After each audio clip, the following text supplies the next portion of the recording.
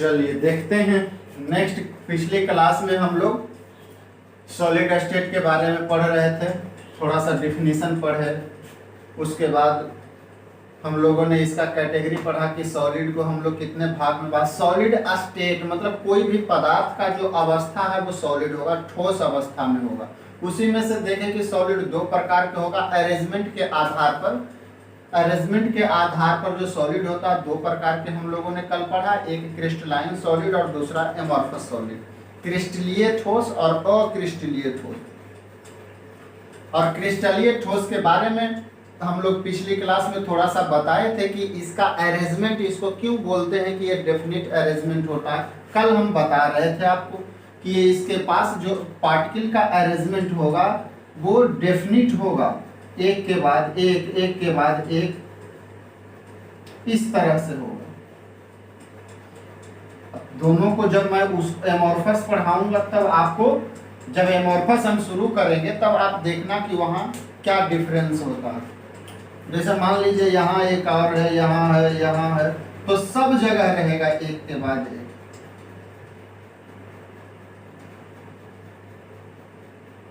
एक के बाद है ना। अगर उधर से आइए तो इधर से सेम तरीका से अरेंजमेंट समान होना चाहिए। ये हम लोग कल देख रहे थे। अरेंजमेंट अगर समान है तो वो क्रिस्टलाइन सॉलिड होगा। अगर कणों का अरेंजमेंट, अरेंजमेंट का मतलब होता है व्यवस्था, अगर जो व्यवस्था किया हुआ सजावट, या कह सकते हैं सजावट, कि अगर कणों का सजावट एक जैसा हो, एक जैसा नहीं, जैसे तैसे नहीं, जैसे ना हो कि एगो यहाँ है, एगो यहाँ है, एगो यहाँ है, एगो यहाँ, ऐसे नहीं।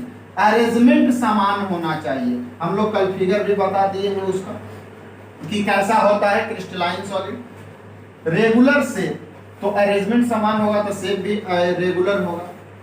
और चूंकि दूसरा पॉइंट पहला हम लोग समझ लिए कि क्रिस्टलाइन सॉलिड है डेफिनिट अरेंजमेंट ऑफ पार्टिकल्स और रेगुलर से, मतलब कह सकते हैं क्रिस्टलीय ठोस, क्रिस्टलीय ठोस निश्चित अरेंजमेंट ऑफ पार्टिकल, कणों का निश्चित सजावट होता है क्रिस्टलाइन सॉलिड में, या क्रिस्टलाइन सॉलिड के पास या क्रिस्टलीय ठोस के पास कणों का निश्चित सजावट होता है और निश्चित शेप होता है। नियमित, रेगुलर का मतलब होता है नियमित, नियमित आकार होता है। क्यों आकार में क्यों होता है आपका डेफिनिट अरेंजमेंट? क्योंकि इसका जो कणों का सजावट है वो एकदम डेफिनिट होगा, अलग जैसे तैसे नहीं होगा। दूसरा पॉइंट आप समझिए, दूसरा पॉइंट क्या कहता है, एकदम सिंपल है। कह रहा है कि crystalline solid have long range order.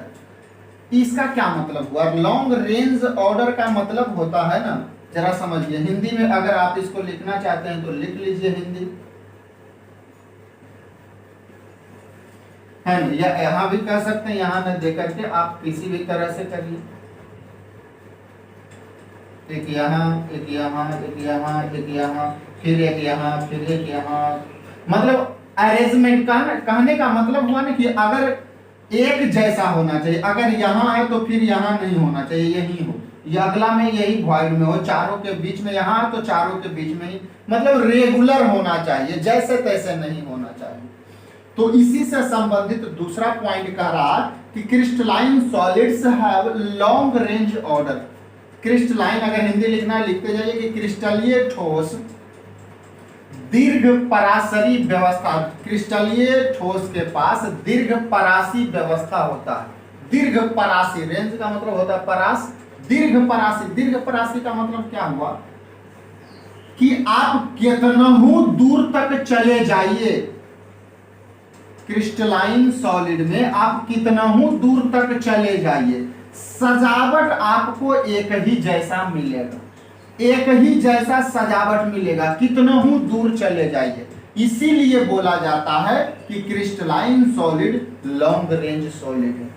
Crystalline, ये बात गौर से समझना है कि इसे लॉन्ग रेंज सॉलिड क्यों कहा जाता है, क्योंकि इसका जो बनावट है, अरेंजमेंट है, जो सजावट है, कणों का सजावट है वो डेफिनिट है। इसीलिए इसका जो ऑर्डर है, जहां भी जाइए एक ही ऑर्डर मिलेगा, एक ही जैसा सजावट आपको मिलेगा, इसीलिए इसे बोलते हैं लॉन्ग रेंज ऑर्डर। तीसरा पॉइंट क्या कहता है ना? तीसरा पॉइंट आप लिख लीजिए, क्रिस्टलाइन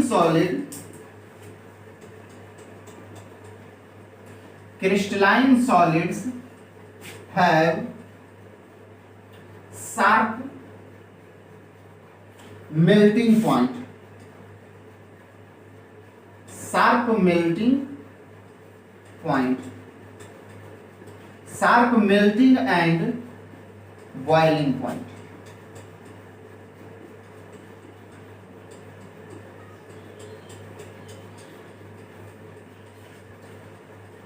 क्रिस्टलाइन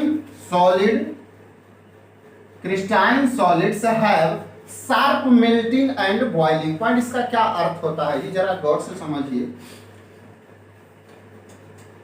कह रहा है ना शार्प मेल्टिंग पॉइंट। शार्प का मतलब होता है क्रिस्टलाइन, अगर हिंदी लिखना चाहते हैं तो लिख लीजिए क्रिस्टलीय ठोस का क्वथनांक और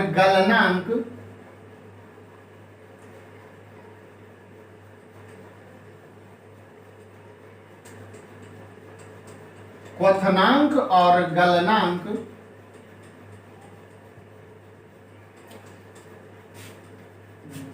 गलनांक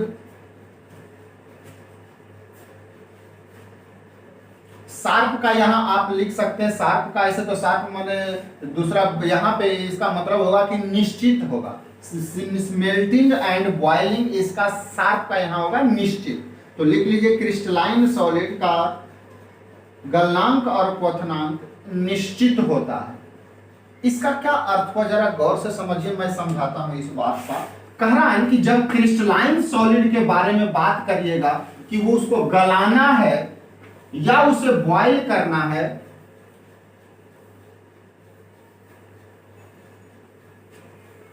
बॉयल करिए चाहे तो कुछ करिए, अगर आप इसे बॉयल करिएगा, मैं बताता हूं समझाता हूं कि जैसे मान लीजिए यहां कोई ठोस को आप बर्तन में रखे और इसको आप गलाना चाहते हैं, हीट देते जाइए। शार्प का क्या अर्थ होता है वो मैं समझा रहा हूं कि यहां कोई ठोस आप लीजिए, उसको हीट देते जाइए और एक ऐसा समय आएगा, जैसे मान लीजिए यहां कोई ठोस है, यहां टेम्परेचर हमने 200 डिग्री सेंटीग्रेड कर दिया और 200 डिग्री सेंटीग्रेड कर दिया तो 200 पर ही ये पूरा का पूरा पिघल जाएगा। ऐसा नहीं होगा कि आप 200 से 205, 210 और 220 तक जाइएगा, धीरे धीरे जाइएगा, 200 से शुरू होगा और 220 तक गलते रहेगा, ऐसा नहीं होगा। ये 200 जैसे ही होगा 200 पर ही पूरा का पूरा गल जाएगा। इसलिए इसको बोलते हैं हम लोग शार्प मेल्टिंग पॉइंट। जैसे मान लीजिए ये टेम्परेचर है, इधर से इधर आप टेम्परेचर इंक्रीज करवा रहे हैं, टेम्परेचर इंक्रीज करा रहे हैं, तो इसका जो मेल्टिंग पॉइंट होगा ये वाला, ये एक ही पॉइंट होगा। ये तो टाइम है, इधर हम टाइम कर देते हैं इस एक्सिस पर, एक्स एक्सिस पे टाइम और बाई एक्सिस पे हम तापमान कर देते हैं। तो मान लीजिए टाइम अलग लगेगा, जैसे मान लीजिए ये T1 है, ये T2 है, ये ग्राफ है टाइम का, और ये हो जाएगा किसी का मेल्टिंग पॉइंट। क्या अर्थ हुआ आप देखिए, जैसे ही यहां, जैसे मान लीजिए टेम्परेचर आप क्या कर रहे हैं, इंक्रीज करते चलिए, है ना, सॉलिड से, ये तो लिक्विड का कर दिए, हम लोग यहां सॉलिड का कर, कि जैसे ही आप टेम्परेचर को बढ़ाते जाइएगा,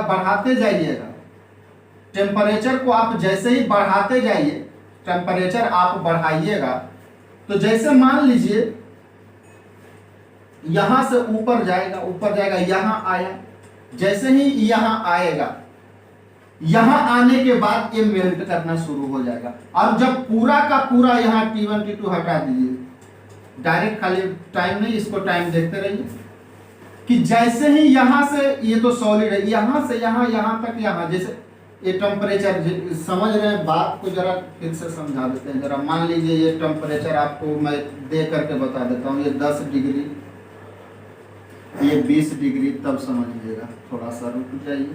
टेम्परेचर इधर मान लीजिए यहाँ है, ये वाला है 30 डिग्री, 30 डिग्री, इतना नीचे नहीं, तो 100 से करते हैं 100 डिग्री, इसको कर देते हैं 150 डिग्री, और इसको कर देते हैं 200 डिग्री। अब जरा देखिए, और नीचे भी हो सकता है, ऐसा नहीं कि अब नीचे भी होगा, कोई बात नहीं, मैं इतना तक लेता हूं। तो कहता है कि यहां से जब गर्म हीट देना, जैसे मान लीजिए यहां पर कोई सॉलिड है, कोई बर्तन में आप हीट कर रहे हैं,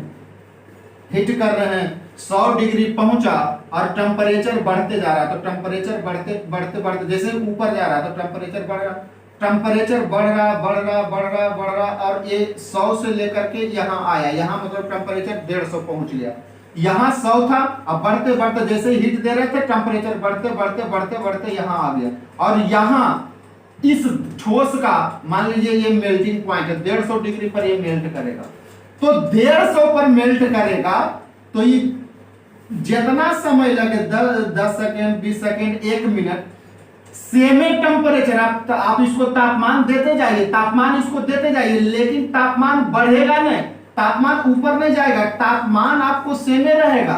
वो टाइम लगेगा मेल्ट करने में, जैसे मान लीजिए यहां से यहां आने में उसको 5 मिनट लगा, तो 5 मिनट तक इस ठोस का टेम्परेचर नहीं बढ़ेगा, मतलब उसी पर, अगर 150 पर जब तक वो टोटल पिघलेगा नहीं, वो टेम्परेचर आपको बढ़ेगा।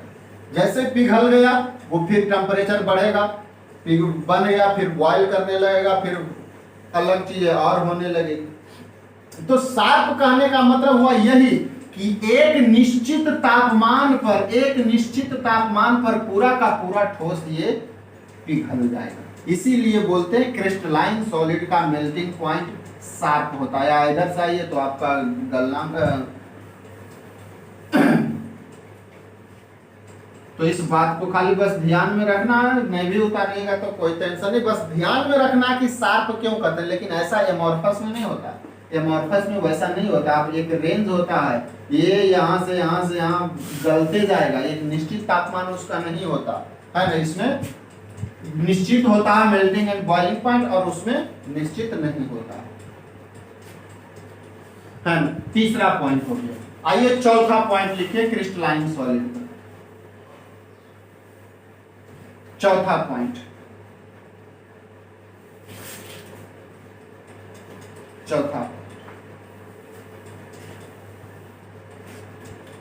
Crystalline solids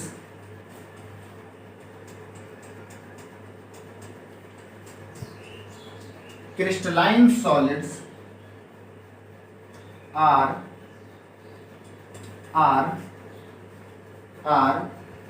anisotropic in nature,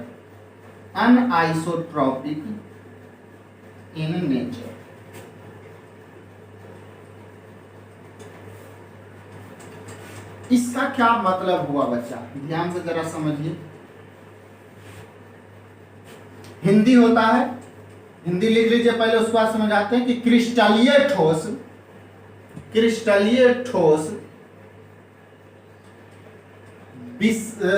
विषमदैशिक स्वभाव का होता है।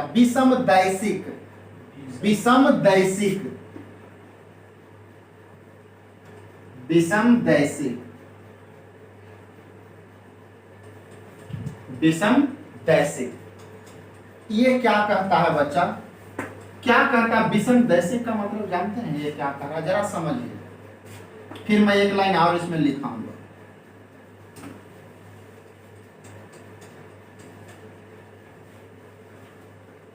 जैसे मान लीजिए यहाँ कोई ठोस है, उसका कोई क्रिस्टलाइन सॉलिड है, देख लीजिए जरा, मैं समझाता हूँ, जरा गौर से इसको समझिएगा क्यों ये अनआइसोट्रोपिक होता है। सजावट इसका देखिए, मान लीजिए यहाँ एक है तो यहाँ भी आएगा, यहाँ भी आएगा, यहाँ भी आएगा, यहाँ भी आएगा, यहाँ भी आएगा। ये मान लीजिए क्रिस्टलाइन सॉलिड का सजावट है, अणु को इसके अंदर अणुओं का सजावट या कणों का सजावट निश्चित है कि एक के बाद एक, एक के बाद एक, उसके बाद निश्चित सब जो भी है एकदम निश्चित आपको अरेंजमेंट में, निश्चित में आपका डेफिनिट अरेंजमेंट में सब यहाँ रखा हुआ है। समदैशिकता का मतलब होता है ना, आइसोट्रोपिक का मतलब होता है, दैशिकता का मतलब, दैशिक मतलब दिशा से संबंधित, साफ पता चल रहा है, समाज समझ लो बात को। दैशिकता, दैशिकता का मतलब होता है दिशा से संबंधित, कि अगर हम सॉलिड में किसी दिशा में अगर हम जाएं, अगर किसी भी दिशा में जाएं, तो अगर उसका भौतिक गुण का मतलब, जैसे इस ठोस का आपका क्या चालकता क्या हुआ, रेसिस्टेंट क्या हुआ, है ना, आपका मेल्टिंग पॉइंट क्या हुआ, ये सब जो रेसिस्टेंस, विद्युत चालकता, है ना, कि सेम डायरेक्शन में समान होगा कि नहीं होगा, उसी को बोलते हैं आइसोट्रोपिक। सेम दिशा में, किसी भी दिशा में आप जाइए, जैसे मान लीजिए हम यहां से यहां चलते हैं, इस दिशा में हम जाते हैं, मान लीजिए हम जाते हैं इस दिशा में, अगर मान लीजिए हम जाते हैं कहीं इस दिशा में, अब जरा गौर करिए, हम जाते हैं मान लीजिए इस दिशा में भी जाते हैं, जरा समझिए बात। आइसोट्रोपिक का अनआइसोट्रोपिक का क्या मतलब होता है? समदैशिकता, दैशिकता पहले समझिए, दैशिकता, अनआइसोट्रोपिज्म, अनआइसोट्रोपी क्या का मतलब क्या होता है कि अगर किसी भी ठोस के किसी भी दिशा में जाने पर अगर उसका भौतिक गुण समान रहता है, तो कहते हैं कि वह जो सॉलिड है वो आइसोट्रोपिक है। और अगर गुण समान नहीं है, भौतिक गुण चारों दिशा में, किसी दिशा में जाने पर अगर उसका भौतिक गुण समान नहीं है, तो वो होगा अनआइसोट्रोपिक। तो भौतिक गुण का मतलब क्या क्या हो गया? भौतिक गुण का मतलब हो गया आपका रेसिस्टेंस, प्रतिरोधकता, है ना, कंडक्टिविटी, है ना, कंडक्टिविटी, चालकता, ये सब भौतिक गुण हुआ, और बहुत सारा है ना। तो ये सब भौतिक गुण आप किसी भी दिशा में जाने पर, गौर से समझिए कि किसी भी दिशा में जाने पर अगर किसी भी ठोस का भौतिक गुण समान होगा, अगर भौतिक गुण समान होगा तो वो कहलाएगा आइसोट्रोपिक, और अगर समान नहीं होगा तो वो कहलाएगा अनआइसोट्रोपिक। तो अब हमने कहा कि क्रिस्टलाइन होता है अनआइसोट्रोपिक, मतलब विषम दैशिक मतलब विषम मतलब समझ ही रहो कि चारों दिशा में जाने पर, किसी भी चारों दिशा में जाने पर अगर उसका दैशिकता समान नहीं है, विषम है मतलब दैशिकता समान नहीं होगा। जरा देखिए, सजावट से ही पता चलेगा। इस दिशा में जाइए तो देखिए सिर्फ ब्लू वाला आपको कण मिलेगा, इस दिशा में जाइए तो देखिए सिर्फ ब्लैक वाला मिलेगा, इस दिशा में जाइए तो आपको ब्लू ब्लैक दोनों मिलेगा, अगर कहीं यहां से गया तो कोई नहीं मिलेगा। इसका मतलब है कि अगर आप अलग अलग दिशा में जा रहे हैं तो इसका जो भौतिक गुण है वो समान नहीं रहेगा। क्यों नहीं समान रहेगा? क्योंकि सिर्फ अगर इधर से इधर जाएंगे, अगर रेसिस्टेंस की बात करेंगे तो सिर्फ और सिर्फ इसमें इसका जो रेसिस्टेंस होगा ये ब्लू वाला कण के कारण रेसिस्टेंस होगा या कंडक्टिविटी होगा। अगर इस दिशा में जाते हैं तो इसका जो भौतिक गुण होगा या रेसिस्टेंस कंडक्टिविटी होगा वो सिर्फ और सिर्फ ये ब्लैक वाला कण के कारण होगा। तो बताइए, इसमें सिर्फ इसमें ब्लू वाला के कारण और इसमें ब्लैक वाला के कारण हुआ, मतलब दोनों कण अलग अलग है, तो दोनों का जो भौतिक गुण रेसिस्टेंस और कंडक्टिविटी होगा, ये दोनों का कंडक्टिविटी क्या होगा, अलग होगा, डिफरेंट होगा। भौतिक गुण क्या होगा, डिफरेंट होगा। इसीलिए कहा जाता है कि जो क्रिस्टलाइन सॉलिड है वो अनआइसोट्रोपिक है, अनआइसोट्रोपिक है। तो एक यहां नोट में लिख दीजिए, है ना, इसी के बारे में, या एक पॉइंट करके इसमें लिख दीजिए।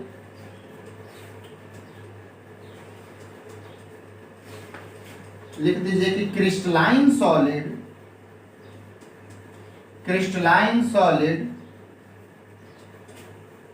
have definite arrangement बिकॉज, ये क्यों का कारण रीजन हो गया बच्चा, ये जो है ना क्यों विषमदैशिक होता है उसका कारण मैं ये लिखा रहा हूं एक तरह से, है ना, उसका कारण ही मैं लिखा देता हूं कि क्यों ऐसा होता है। तो crystalline solids have definite arrangement और definite arrangement of particles and also long range order, long range order, long range order, long range order।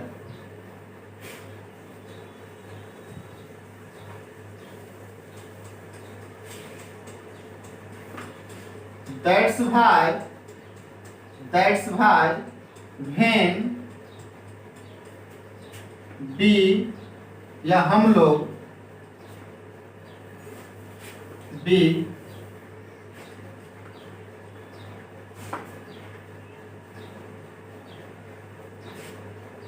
when we calculate physical property, when we calculate physical property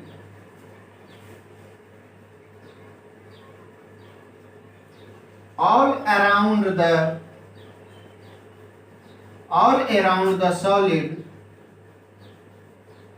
solid, then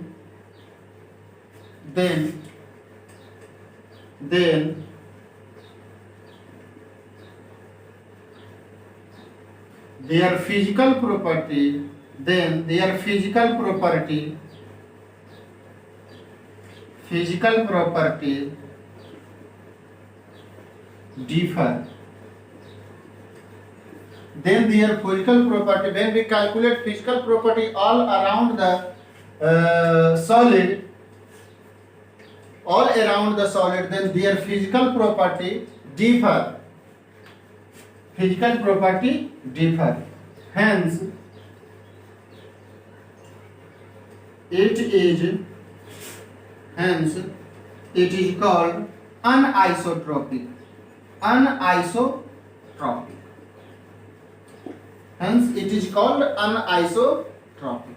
क्या कह, जरा गौर से समझिए, कहता है कि crystalline solid है definite arrangement of particles, है ना, क्रिस्टलीय ठोस कणों का निश्चित व्यवस्था होता है। क्रिस्टलीय ठोस के पास कणों का निश्चित व्यवस्था होता है और दीर्घ परासी व्यवस्था होता है। निश्चित व्यवस्था होता है और दीर्घ परासी व्यवस्था होता है, मतलब दीर्घ परासी बता ही चुके हैं कि एकदम बहुत दूर तक एक जैसा बनावट है, दीर्घ परासी व्यवस्था होता है। इसी कारण, दैट्स वाई, मतलब इसी कारण जब हम लोग calculate physical property, when we calculate, तो इसी कारण जब हम लोग ठोस के चारों तरफ में, चारों दिशाओं में, जब ठोस के चारों दिशाओं में भौतिक गुण का गणना करते हैं, तो देन दियर फिजिकल प्रॉपर्टी, तो उसके भौतिक गुण अलग होते हैं, अलग अलग होते हैं। इसीलिए हेंस मतलब अतः इसे कहा जाता है, इट इज कॉल्ड अनआइसोट्रोपिक, अतः इसे विषमदैशिक कहा जाता है, अतः इसे विषमदैशिक कहा जाता है। मतलब कुछ नहीं जी, सिंपल सा है। आइसोट्रोपिज्म का मतलब या अनआइसोट्रोपी का मतलब होता है, अनआइसोट्रोपी का मतलब हुआ कि अगर चारों दिशा में किसी दिशा में जाने पर आप किसी भी दिशा में जाइए, सिंपल सा याद रखिए, अगर भौतिक गुण समान मिल रहा है तो वो कहलाएगा आइसोट्रोपिक, और अगर नहीं मिल रहा है तो वो कहलाएगा अनआइसोट्रोपिक, अनआइसोट्रोपिक कहलाएगा। तो चूंकि इसका नहीं मिलता है, क्योंकि इसका सजावट होता है, रेगुलर होता, तो एक दिशा में जाते हैं तो एक प्रकार के कण मिलता है, अलग जाते हैं दूसरे दिशा में तो दूसरे प्रकार के कण मिल जाता है। इसीलिए होता है, सबसे इंपॉर्टेंट पॉइंट है अनआइसोट्रोपिक इन नेचर।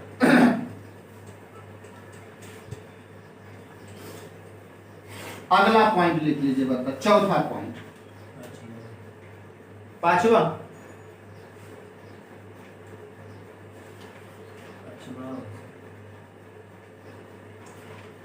हाँ तो लिखो पांचवा point, crystalline solid, crystalline solid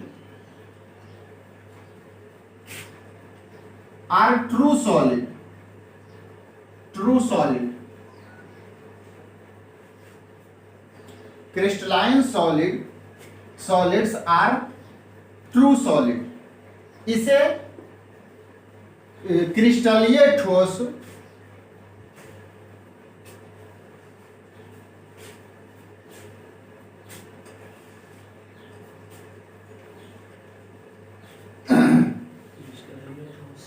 true solid मतलब सच्चा ठोस, सच्चा ठोस। क्यों इसे कहा जाता है, क्यों इसका कहा जाता है, क्योंकि इसका जो मेल्टिंग पॉइंट होता है ना वो शार्प होता है, इसी वजह से इसको ट्रू सॉलिड कहा जाता है कि इसका मेल्टिंग पॉइंट एकदम ट्रू होता है, एकदम सॉरी मेल्टिंग पॉइंट इसका शार्प होता है, कभी भी रेंज में नहीं होता। मैं बताऊंगा आपको डिफरेंस एमोर्फस में, तब आपको पता चलेगा।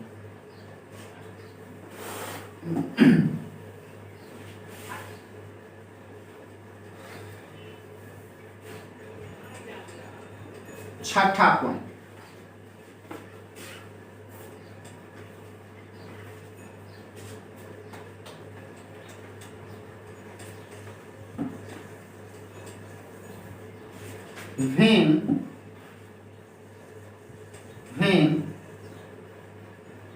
when we cut crystalline solid, when we cut crystalline solid, crystalline solid, then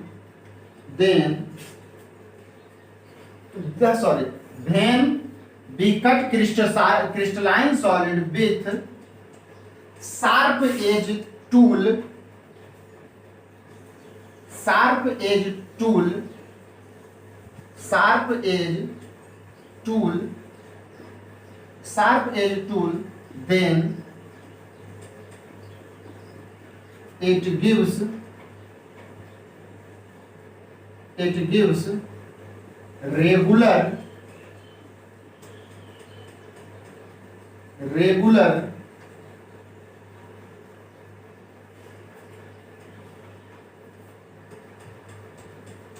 when we cut sharp tool, ऐसे लिख दो थोड़ा सा, when we cut crystalline solid with sharp tools, then it gives regular edge of solid,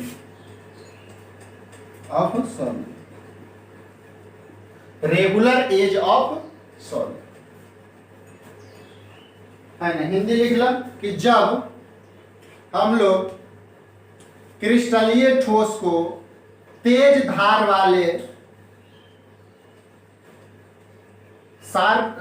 तेज धार वाले औजार से काटते हैं तो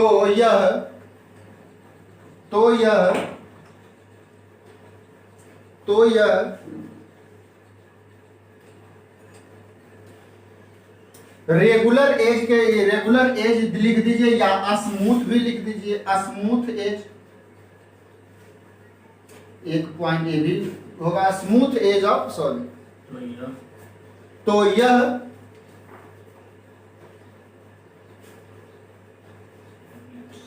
तो यह गिव्स मतलब देता है। सो स्मूथ एज का मतलब जैसे समझो, जैसे मान लो किसी को काटते हैं तो कोई एकदम चिकना से कट जाता है और कोई खुरदरा होकर के कटता है। जैसे मान लीजिए आप किसी, जैसे इसको किस तरह से कर सकते हैं, जैसे मान लीजिए किसी रबर को काटिए, जब रबर को काटिएगा तो वो क्या होता है, खुरदरा करके उसका कटा हुआ, जैसे ये वाला एज जब क्रिस्टलाइन सॉलिड होता है तो जब काटिएगा तो एकदम एज जो होगा उसका एकदम चिकना होगा काटने के बाद, एज ए वाला कटा हुआ। लेकिन एमॉर्फस में क्या होता है, ये वाला एज खुरदरा होता है। तो वही कह रहा है कि यह गिव्स स्मूथ मतलब चिकना किनारा देता है ना, चिकना किनारा देता है।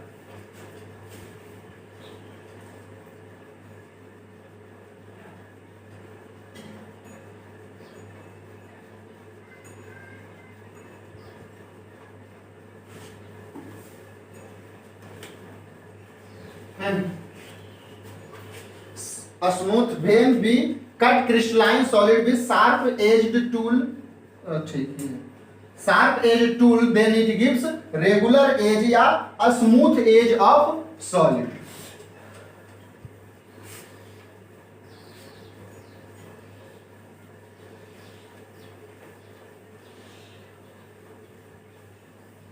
अब आइए पढ़ते हैं एमॉर्फस सॉलिड, अक्रिस्टलीय ठोस। आपको हर बार डिफरेंस आएगा। आइए दूसरा पढ़ते हैं बच्चा, एमॉर्फस सॉलिड। एमॉर्फस सॉलिड ये सॉलिड का एक भाग है। एमॉर्फस मतलब अक्रिस्टलीय ठोस, क्रिस्टलीय ई हो जाएगा, अक्रिस्टलीय ठोस। एकदम उसका उल्टा बच्चा, एकदम उसका उल्टा हो जाएगा, क्रिस्टलाइन का एकदम उल्टा हो जाएगा। डिफिनीशन लिख लीजिए बच्चा, डिफिनीशन क्या हो जाएगा एमॉर्फस सॉलिड का, that solid which has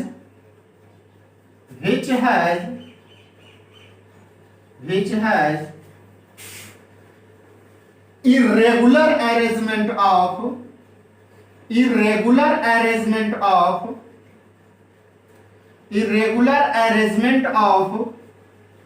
particles। परिभाषा भी पूछेगा बच्चा, है ना, कि आपका क्रिस्टलाइन और उसमें होगा रेगुलर, एक में होगा irregular. That solid which has irregular arrangement of particle. Particle में क्या हो सकता है जी, एटम्स हो सकता है, मॉलिक्यूल्स हो सकता है या आयन हो सकता है, that solid which has irregular arrangement of particle is called या इन 3D में लिख सको, is called amorphous solid,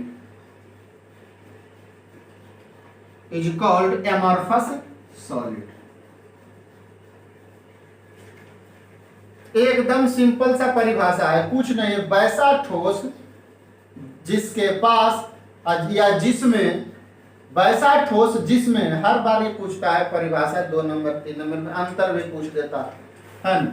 तो वैसा ठोस जिसमें कणों का सजावट अनियमित हो, उसे अक्रिस्टलीय ठोस कहते हैं। कैसे अरेंजमेंट होगा बच्चा, दैट इज, देखिए क्या होगा, अब जरा गौर से देखिए इसका अरेंजमेंट। मान लीजिए एक यहाँ, एक यहाँ, एक यहाँ, एक यहाँ, एक यहाँ, एक यहाँ, एक यहाँ, एक यहाँ, एक यहाँ, जैसे तैसे है, कोई मतलब नहीं इसमें।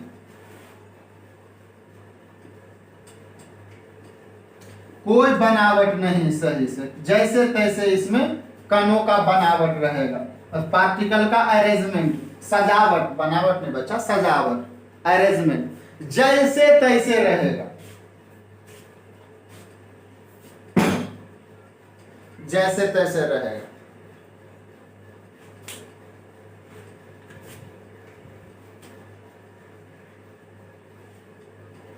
है ना? बनाओ, इसका जो सजावट होगा कणों का वो एक जैसा नहीं होगा, मतलब जैसे तैसे इसका सजावट होगा। अब बताइए इसका, आइए कैरेक्टरिस्टिक्स प्रॉपर्टी देखते हैं। ये तो परिभाषा हो गया है ना, कैरेक्टरिस्टिक्स प्रॉपर्टी देख लीजिए इसका।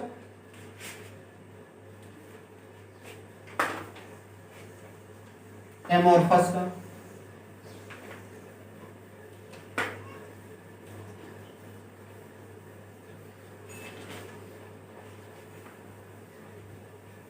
एमोर्फस का देख लीजिए बच्चा, characteristics property of amorphous solid. Characteristics property of amorphous solid, characteristics property of amorphous solid।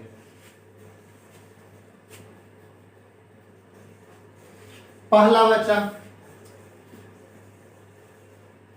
पहला पॉइंट क्या था कि जो क्रिस्टलीय ठोस था उसके पास रेगुलर अरेंजमेंट होता था, है ना, डेफिनिट अरेंजमेंट होता था। तो इसके पास इनडेफिनिट अरेंजमेंट होगा या इरेगुलर शेप होगा, है। तो पहला पॉइंट उसका उल्टा हो जाएगा कि एमॉर्फस सॉलिड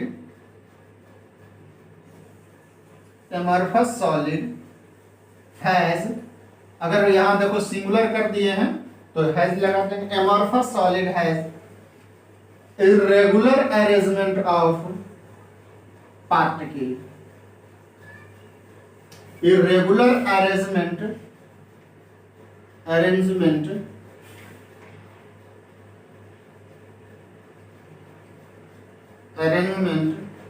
ऑफ पार्टिकल, है ना। अक्रिस्टलीय ठोस में कणों का सजावट अनियमित होता है बच्चा।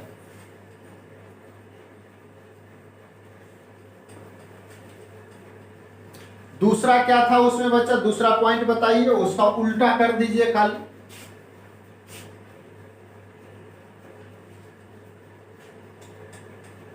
है, चलिए दूसरा पॉइंट क्या था क्रिस्टलाइन सॉलिड का? यस, वो था दीर्घ परासी, मतलब दीर्घ पर, अभी बताए दीर्घ परासी का क्या मतलब। तो एमॉर्फस हो जाएगा, एमॉर्फस सॉलिड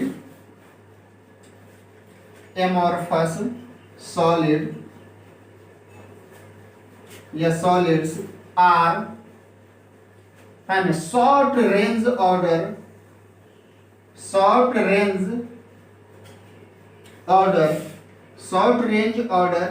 सॉलिड। क्या कहना इसका मतलब हुआ बच्चा, एकदम देखिए इसका क्या मतलब हुआ कि अक्रिस्टलीय ठोस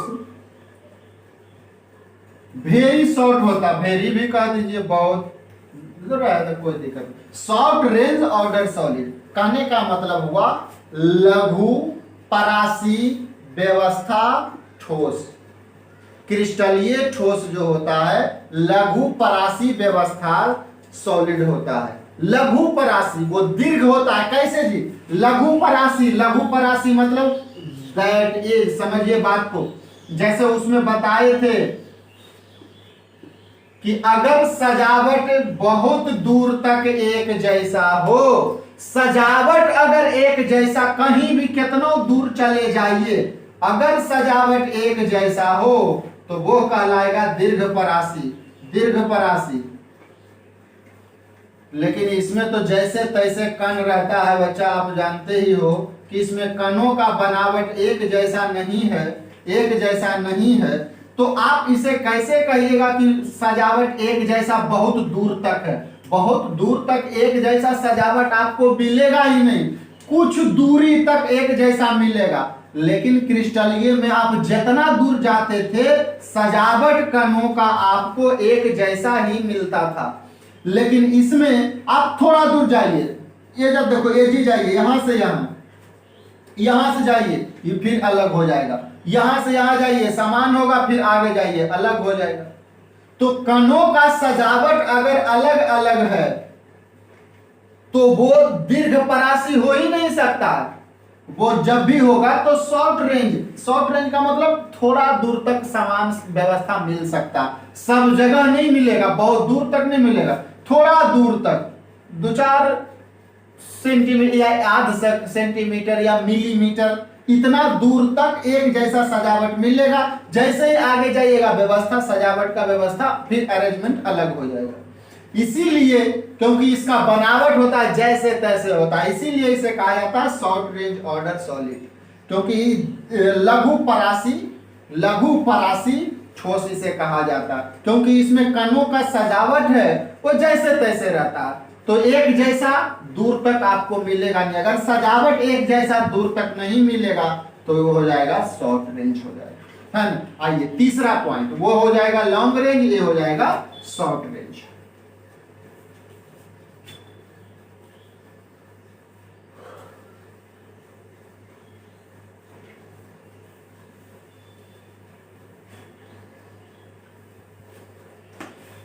बताइए बच्चा तीसरा क्या था उसका?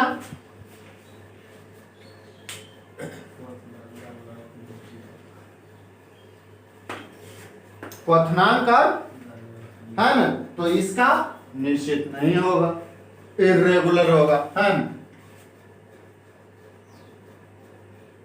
एमॉर्फस सॉलिड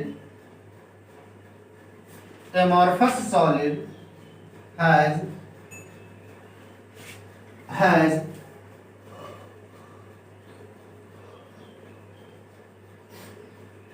indefinite या irregular melting point, indefinite लिख लीजिए, indefinite, irregular ठीक रहेगा, irregular लिख लीजिए, irregular melting point, that is amorphous solid has रखता है, amorphous solid has melting point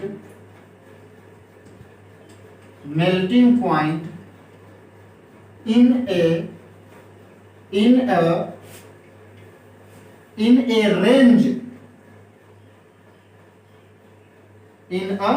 range.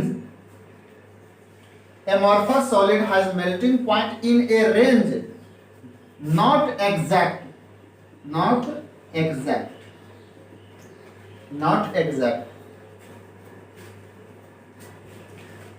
कहा पे क्या कहा मैंने, ध्यान से जरा सुनिए। मेल्टिंग पॉइंट इसका इर्रेगुलर होता है ना। लिख लीजिए, पहले तो समझाते हैं। क्रिस्टलाइन सॉलिड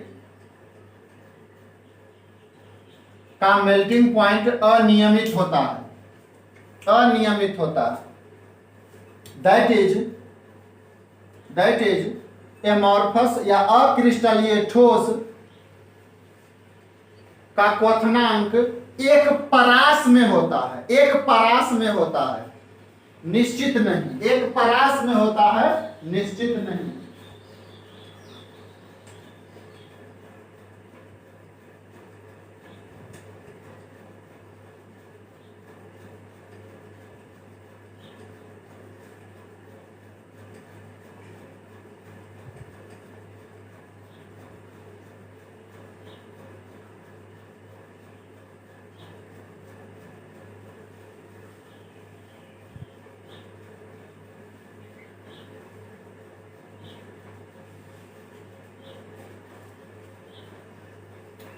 है अच्छा, क्या लिखे? Melting point in range not exact. बिल्कुल, इसका क्या अर्थ होता है बच्चा कि इसमें जो सॉलिड होगा ना, जैसे मान लीजिए किसी बर्तन में, आप समझिए इस बात को कि आप इसे मेल्ट करवाना चाह रहे हैं, तो जैसे मान लीजिए इसका मेल्टिंग पॉइंट कोई ये नहीं कह सकते हो कि इसका 150 होगा। अगर वो एमॉर्फस सॉलिड है, अक्रिस्टलीय ठोस है, तो वो 150 डिग्री पर एग्जैक्ट नहीं पिघलेगा। हो सकता है कि यह 150 से 200 के बीच में पिघले। 150 से जितना ज्यादा 200 तक जाइए वो पिघलते जाएगा। तो इसीलिए कहते हैं कि एमॉर्फस सॉलिड का कोई एग्जैक्ट मेल्टिंग पॉइंट या बॉइलिंग पॉइंट नहीं होता है। जैसे अगर हम बात करें ठोस, आपका बर्फ ले लो ठोस, 0 डिग्री पर तुरंत पिघल जाता है, मेल्ट कर जाएगा। लेकिन एमॉर्फस का एग्जांपल कुछ दे दो, जैसे मैं एग्जांपल दे देता हूं तब आपको समझ में आएगा। जैसे एमॉर्फस का एग्जांपल दे देते हैं बच्चे। जैसे आप ले लीजिए प्लास्टिक, आप काट के देखो प्लास्टिक को टूल से, एमॉर्फस का। आप रबर ले लो जी, आप रबर ले लो, ग्लास ले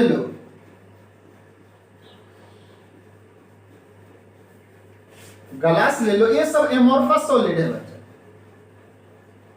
ये सब एमॉर्फस सॉलिड है। प्लास्टिक हो गया, रबर हो गया, ग्लास हो गया, ये सब एमॉर्फस सॉलिड है, एमॉर्फस सॉलिड। अगर आप क्रिस्टलाइन का एग्जांपल नहीं लिखे हैं तो क्रिस्टलाइन का एग्जांपल बहुत सारा, जितना भी मेटल है, आप मेटल जितना भी है सब आप ले लीजिए, वो क्रिस्टलाइन होगा। NaCl ले लीजिए, एग्जांपल दिए थे NaCl AgBr का, वो आपका क्रिस्टलाइन में आएगा, है ना। तो ये सब हो गया आपका amorphous solid.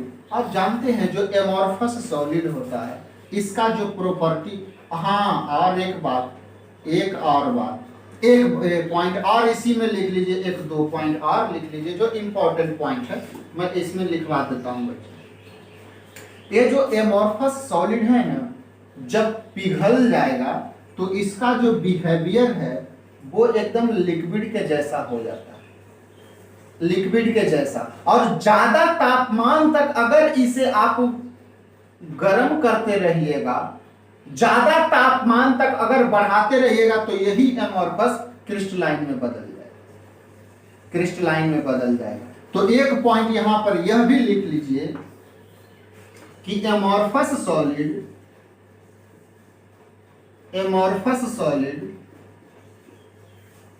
Is like liquid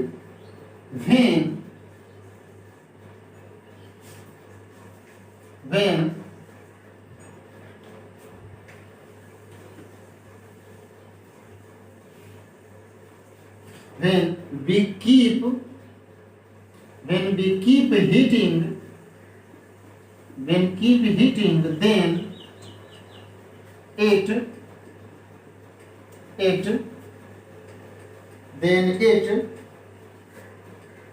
when we keep heating, then it become crystalline,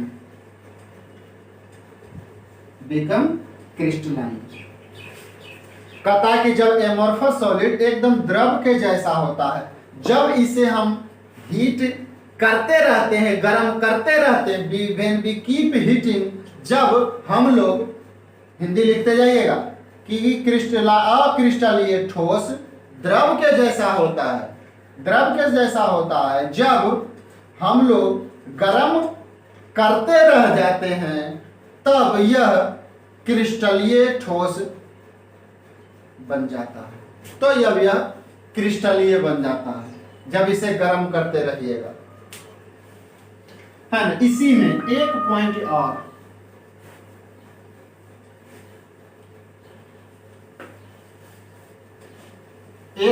इसी में और लिखिएगा बच्चा, एक पॉइंट और। ग्लास एग्जांपल है ना,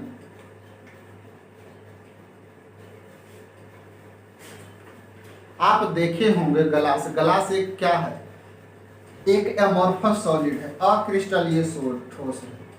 तो जानते हैं कि ग्लास, इसमें भी मैंने बोला कि क्रिस्टलीय ठोस द्रव के जैसा व्यवहार करता है, बिल्कुल करता है। जैसे कांच, आप देखिए पुराने जमाने के जो मकान हैं, आप देखिएगा अगर जा करके, तो पुराने जमाने के मकान में जिसका 50 साल 60 साल मकान हो गया, उसमें जो कांच लगा हुआ रहता है, आप जाकर के जब देखिएगा तो क्या होगा, कि 50-60 साल जब हो जाता है तो वो जो कांच है ऊपर में पतला और नीचे में वो कांच मोटा हो जाता है। बहुत दिन तक अगर कांच को मान लीजिए इसमें कांच, ये पूरा कांच है, अगर 50 साल तक ऐसे ही रख देगा तो ये ऊपर वाला पतला हो जाएगा और नीचे वाला मोटा हो जाता है। ऐसा क्यों होता है? ऐसा इसलिए होता है कि ऊपर का कांच फ्लो करता है, बहने लगता है और ऊपर से नीचे की ओर गुरुत्वाकर्षण बल के कारण आने लगता है। इसीलिए कांच को कहते हैं स्यूडो सॉलिड, आभासी ठोस, या इसी को बोलते हैं super cooled liquid. Super cooled liquid क्यों? क्योंकि अभी जो मैंने बताया कि कांच को जब गर्म करते रह जाइएगा, गर्म करते रह जाइएगा एमॉर्फस सॉलिड को, तो वो क्रिस्टलाइन में बदल जाता है। और ये क्रिस्टलाइन जो ज्यादातर जो बनाया जाता है अक्रिस्टलीय ठोस, वो उसी तरह से बनाया जाता है, अधिक गर्म करके ठंडा कर दो, है ना। तो आप यहां लिख लीजिए कि glass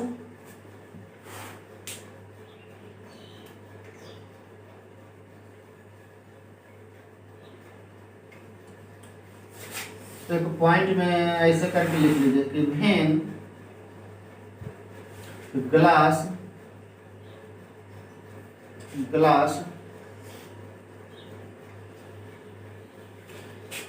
keep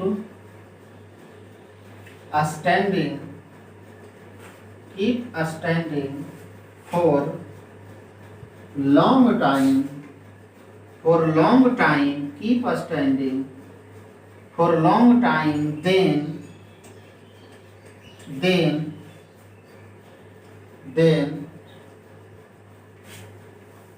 then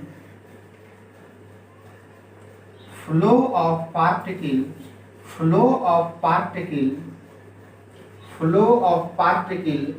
take place flow of particle take place from upper side to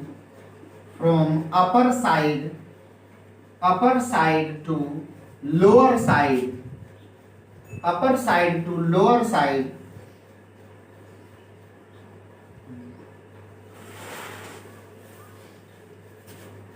that's why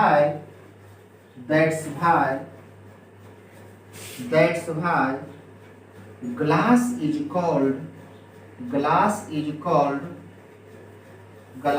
called pseudo solid. Glass is called pseudo solid और super cooled liquid, super cooled liquid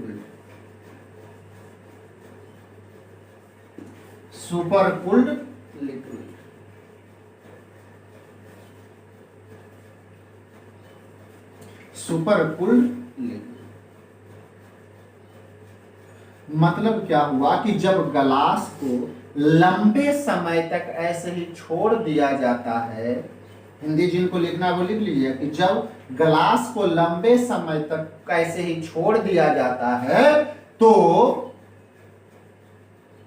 कणों का जो बहाव है ऊपर से नीचे की ओर होता है। कणों का बहाव ऊपर से नीचे की ओर होता है। इसी कारण ग्लास को आभासी ठोस और बहुशीतित द्रव कहते हैं, सुपर कूल्ड लिक्विड। बहुत शीतित द्रव कहते हैं, सुपर कूल्ड लिक्विड का। एग्जाम्पल ले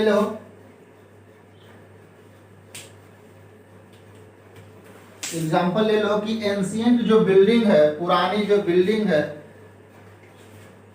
window of glass window of ancient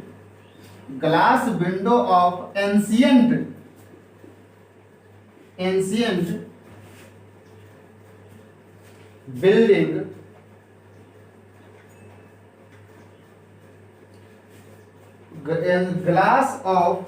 glass window of, या ग्लास ऑफ विंडो कर दीजिए, glass of window of ancient building is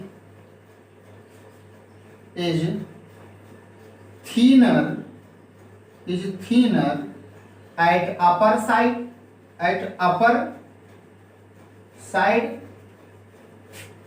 and thicker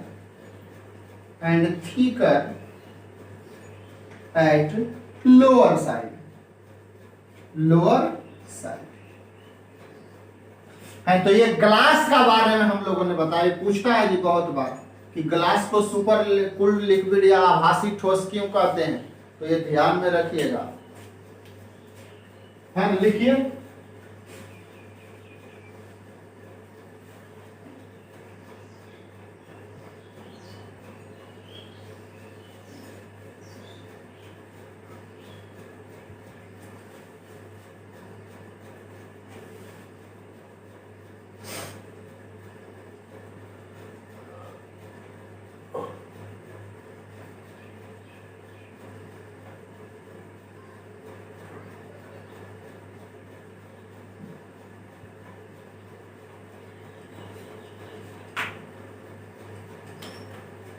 and thinner at upper side, तो कल when glass keep standing for long time, then flow of particle take place from upper side to lower side, that's why glass is called pseudo solid और super cooled। लेकिन जो flow of particle है, यहाँ जो कणों का बहाव very slow होगा, वो जानते हैं 50 साल लगता है ऊपर से नीचे आने में, तो फ्लो ऑफ पार्टिकल जो होता है वो वेरी स्लो होता है, वो तो जान वेरी बहुत धीरे धीरे नीचे आएगा, है। तो flow of particle take place, है ना, flow of particle take place from upper side to lower side, और क्या होगा, फ्लो ऑफ पार्टिकल, है, तो ब्रैकेट में लिख सका वेरी स्लो, बहुत धीमा होता है, वेरी स्लो बहुत धीमा होता है, इसी कारण इसे बोला जाता है स्यूडो सॉलिड और सुपर कूल्ड लिक्विड। चलिए नेक्स्ट पॉइंट बच्चा, एमॉर्फस का नेक्स्ट पॉइंट, कितना पॉइंट हुआ इसका, भूल भी गए, 3 हो गया। चौथा क्या था उसका, हाँ, तो ये हो जाएगा समदैशिक, तो लिख लीजिए amorphous solids are isotropic in nature, मैंने बताया है, अभी बताया है, आइसोट्रोपिक इन नेचर, आइसोट्रोपिज्म, इसका मतलब मैंने समझा दिया कि अगर सभी डायरेक्शन में भौतिक गुण और रासायनिक गुण समान हो तब आइसोट्रोपिक, और समान नहीं हो तो अनआइसोट्रोपिक, समदैशिक, और हो जाएगा विषम। जैसे देखो ना जी, ये देखो जरा, देखिए कैसे इसमें समान हो जाता है चारों दिशा में, क्योंकि इसका जो बनावट है बच्चा, कहीं यहाँ कहीं यहाँ कहीं यहाँ कहीं यहाँ, जैसे तैसे है, जैसे तैसे इसमें है, जहां तहां है, कणों का जो बनावट है वो जैसे तैसे है इसमें,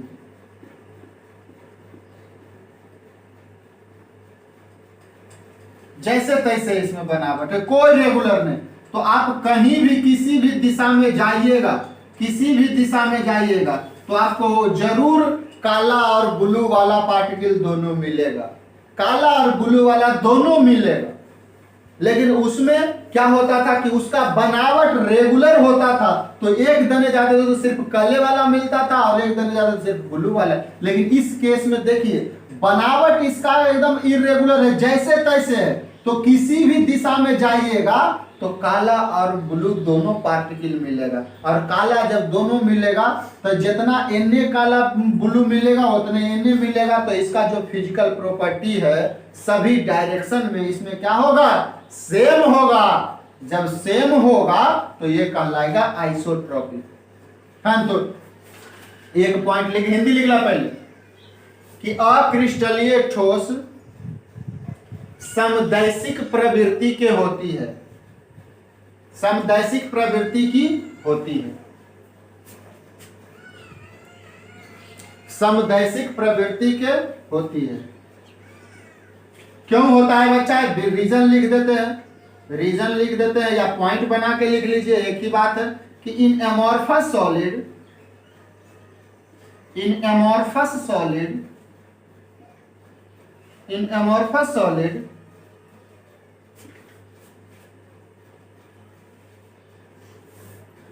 in any direction, in any direction, in any direction, physical property, physical property, physical property, physical property, in amorphous properties, physical properties are same, are same। इसीलिए तो ये आइसोट्रोपिक होगा जी। सभी डायरेक्शन में, कोई दिशा में आप चल जाइए, उसका जो भौतिक गुण होगा वो समान। भौतिक गुण मतलब कौन कौन? बहुत सारा भौतिक गुण, सब चीज तो भौतिक गुण, मेल्टिंग पॉइंट, आपका चालकता, रेसिस्टेंस, विद्युत, आपका इलेक्ट्रिसिटी का जो प्रवाह है ना, वो एक जैसा होगा, एक जैसा सभी दिशा में होगा भौतिक गुण उसका। तो इसीलिए तो इसे बोलते हैं आइसोट्रोपिक, आइसोट्रोपिक बोलते हैं। पांचवा पॉइंट, पांचवा पॉइंट क्या था जी? हाँ, तो ये तो अभी लिखा ही दिए बच्चा, अगला पॉइंट हम यही नहीं लिखा दिए, वो था ट्रू, तो ये हो जाएगा स्यूडो, है ना। तो amorphous solid is pseudo solid. और क्यों होता है आपको मैंने रीजन भी अभी बता दिया नीचे में ना, ऊपर में सॉरी, ऊपर में बता भी दिया आभासी ठोस क्यों होता है। और क्या था आप बच्चा? छठा, छठा और क्या था इसका?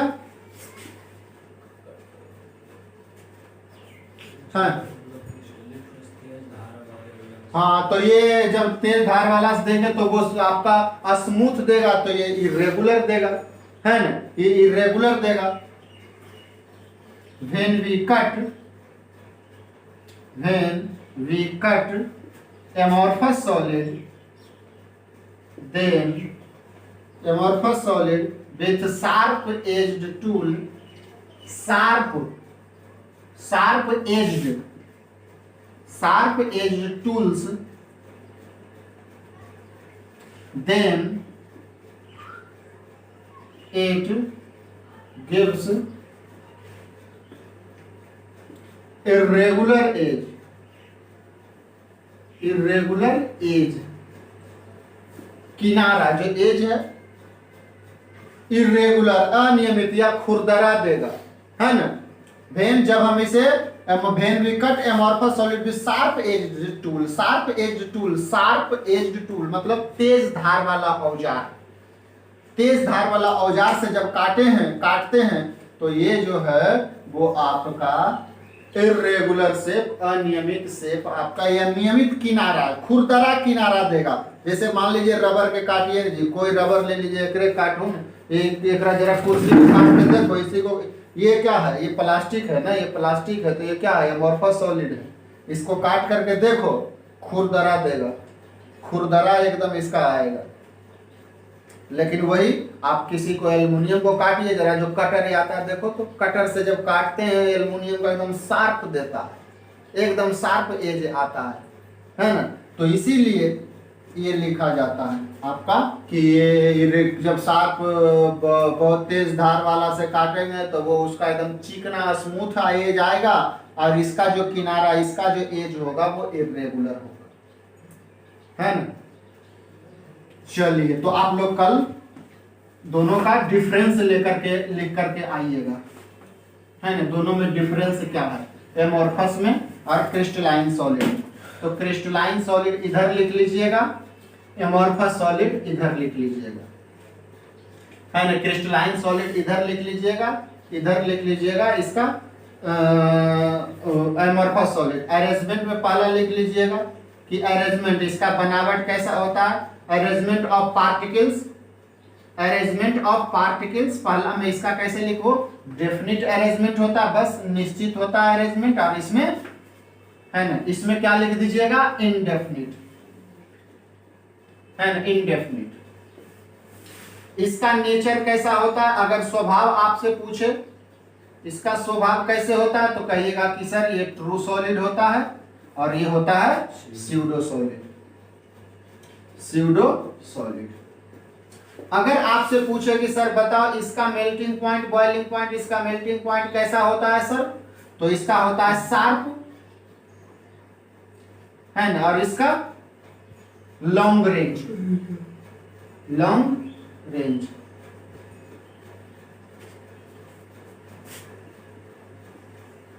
है ना। इसका ऑर्डर कैसा होता है बच्चा, अगर ऑर्डर पूछे कणों का, order of particle, order of particles, तो क्या कहिएगा बच्चा कि ये होता है लॉन्ग रेंज ऑर्डर इसका होता है। इसका क्या होता है, long range order, long range order. और ये होता है आपका शॉर्ट रेंज ऑर्डर, ये हो जाएगा शॉर्ट रेंज ऑर्डर, है ना। ये क्या हो जाएगा, दीर्घ परासी, और ये क्या हो जाएगा, लघु परासी। और क्या था बच्चा, है ना, शार्प एज टूल वाला से, वो भी है, इसको काटिएगा तो ये स्मूथ देगा और ये इरेगुलर देगा, इरेगुलर देगा, है ना, उसी को बोलते हैं इरेगुलर देगा। क्लीवेज प्रॉपर्टी उसे बोलते हैं, cleavage property, cleavage, cleavage property, है ना, क्लीवेज प्रॉपर्टी, है ना। तो शार्प एज टूल से काटते हैं तब ये स्मूथ एज देगा। हिंदी होता है बच्चा विदलन गुण, विदलन गुण हिंदी होता है क्लीवेज प्रॉपर्टी का विदलन गुण। स्मूथ एज देगा और ये देगा इरेगुलर एज, इरेगुलर एज।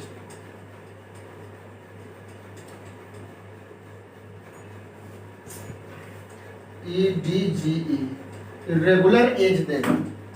हाँ, बहुत ज्यादा और है जो इसका डिफरेंस आप लिख लीजिएगा, कॉपी में क्वेश्चन आता है कि what is difference between crystalline solid और एमॉर्फस सॉलिड।